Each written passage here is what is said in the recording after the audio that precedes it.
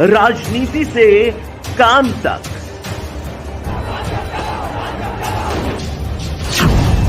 अपराध से अंजाम तक, खेत से खलिहान तक, खिलाड़ी से मैदान तक, आईफा की धमाकेदार रात, सितारों से आसमान तक, अब हर खबर पर होगी हमारी नजर। पल पल बदलती देश और दुनिया की हर खबर पाइए सीधा अपने मोबाइल पर। पूरी दुनिया की न्यूज एजेंसी में छाया हुआ है अतीक।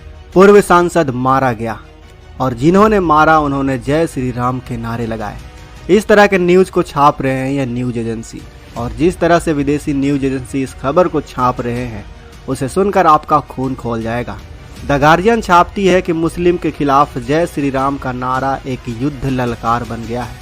दोस्तों, पिछले 5 सालों में 9000 से ज़्यादा इनकाउंटर किए हैं यूपी पुलिस ने, और उसमें से 150 लोगों की मौत हुई है, ऐसा कहना है द गार्जियन का।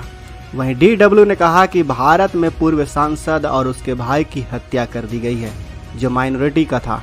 ये गलत नहीं है, लेकिन इससे भारत में कैसा माहौल बनेगा जरा सोचिए। तो क्या अतीक को पूर्व सांसद कहना गलत है? नहीं, पूर्व सांसद कहना बिल्कुल भी गलत नहीं है। वो पूर्व सांसद था, लेकिन क्या वो भला पूर्व सांसद था? क्या वो नेक इंसान था? भारत के राजनेता भी यही कह रहे हैं कि हमारे देश में माइनॉरिटी के लोगों को टारगेट किया जाता है और ऐसे हमले और होंगे। ऐसा कह रहे हैं माइनॉरिटी के कुछ लोग और देश के कुछ नेता। आप लोगों से विनती है कि रुक जाइए। अतीक कोई दूध का धुला नहीं था। वो यूपी का सबसे बड़ा गैंगस्टर और माफिया लीडर था जो अपने आतंक के दम पर सांसद बना। ऐसा करने से हमारे भारत की छवि दुनिया में बेकार हो रही है। ये विदेशी मीडिया का बहुत बड़ा षड्यंत्र है। इस षड्यंत्र के चक्कर में बिल्कुल भी ना पड़े। जिस तरह मीडिया पूरी दुनिया में काम करती है, उसी वजह से मिला अतीक को विक्टिम कार्ड। दोस्तों, एक अपराधी के साथ जैसा व्यवहार किया जाना चाहिए वैसा उसके साथ हो रहा था। लेकिन जिस तरह से बार बार अतीक को हाईलाइट किया जा रहा था कि बाबा ने ऐसा किया, योगी ने ऐसा किया, वो मुस्लिम है, तो ऐसा लगने लगा कि उसके ऊपर अत्याचार हो रहा है। लेकिन इसमें कोई शक नहीं है कि उसे जस्टिस नहीं मिला, उसे कोर्ट द्वारा सज़ा नहीं मिली। उसे गैंगस्टर बनने का सपना देखने वाले 19 से 23 साल के 3 लड़कों ने मौत के घाट उतार दिया। उसके साथ संविधान के हिसाब से जस्टिस नहीं हुआ। लेकिन जिस तरह से मीडिया में दिखाया जा रहा है, वो पूरी तरह से उसके साथ विक्टिम कार्ड खेला जा रहा था। और ये दिखाया जा रहा था कि अतीक अहमद एक मासूम व्यक्ति था। वो मुसलमान जरूर था, लेकिन मुसलमानों का प्रतिनिधित्व नहीं करता था। आप उसे अपना रिप्रेजेंटेटिव ना बनाइए।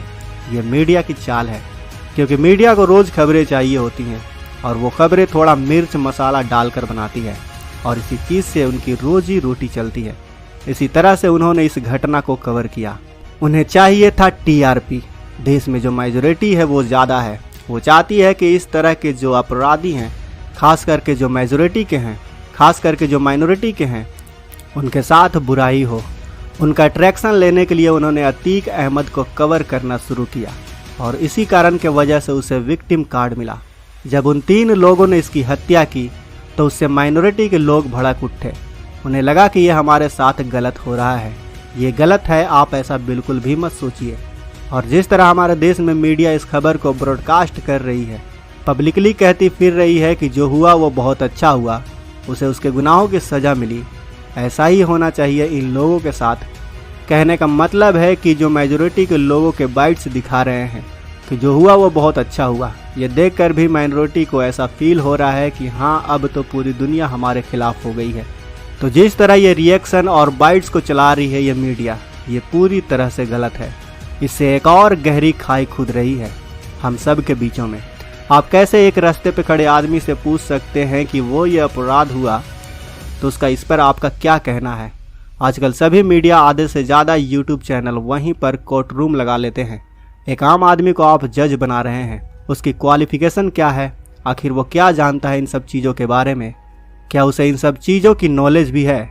बस टीवी में देखी गई चीज़ का पता है उसे, जो खुद मीडिया मिर्च मसाला डालकर सुनाती है और उसके आधार पर वो तय कर लेता है कि वो सही हुआ या गलत। मीडिया तो कहेगी ही जो हुआ वो सही हुआ, क्योंकि वो टीआरपी की भूखी है और ऐसी खबर सुनकर लोग विलन्स का भी साथ देते हैं। तो क्या ऐसी स्थिति में लोगों का रिएक्शन दिखाना चाहिए था मीडिया को, वो भी नेशनल टेलीविज़न पर? क्या ये गलत नहीं है? सबसे बड़ी बात विक्टिम कार्ड पर आते हैं तो अतीक अहमद, जिसे मीडिया ने विक्टिम बना दिया, वो कोई दूध का धुला नहीं था। अतीक अहमद अपनी तुलना नेहरू से करने लगा था। इतनी ताकत, इतना काला धन, इतना आतंक उसने अपना यूपी में बनाकर रखा था कि कोई अगर उसके ऊपर केस करने पहुंचता था तो वो उसे और गवाहों को मरवा दिया करता था। और इस ताकत के बल पर 2004 में उसने फूलपुर से चुनाव भी जीता था। आपको शायद पता ना हो, लेकिन हमारे देश के पहले प्रधानमंत्री नेहरू जी ने भी फूलपुर से ही चुनाव लड़ा था और जीता भी करते थे। और जब वहाँ से अतीक जीता तो उसने खड़े होकर एक भाषण दिया था कि मुझ में और नेहरू में हर एक चीज़ में समानताएं हैं। उसने कहा था कि नेहरू जी भी नैनी जेल गए थे, मैं भी नैनी जेल गया हुआ हूँ। फूलपुर से उन्होंने भी चुनाव जीता है और मैंने भी वहीं से चुनाव जीता है। इतनी ताकत और इतना गुरूर उसके अंदर आ गया था। इस तरह के गैंगस्टर को इस तरह का विक्टिम कार्ड मत दीजिए दोस्तों।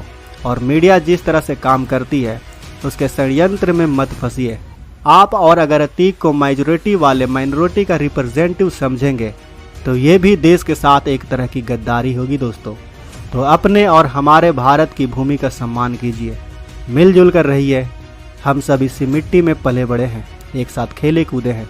ऐसे में हमें इस मिट्टी के साथ धोखा नहीं करना है। जो गलत है वो गलत है। आज की इस वीडियो में बस इतना ही। राजनीति की धार हो या खेल की रफ्तार, गांव की चौपाल हो या शहरों का धमाल, आप तक पहुंचेगी हर एक खबर सबसे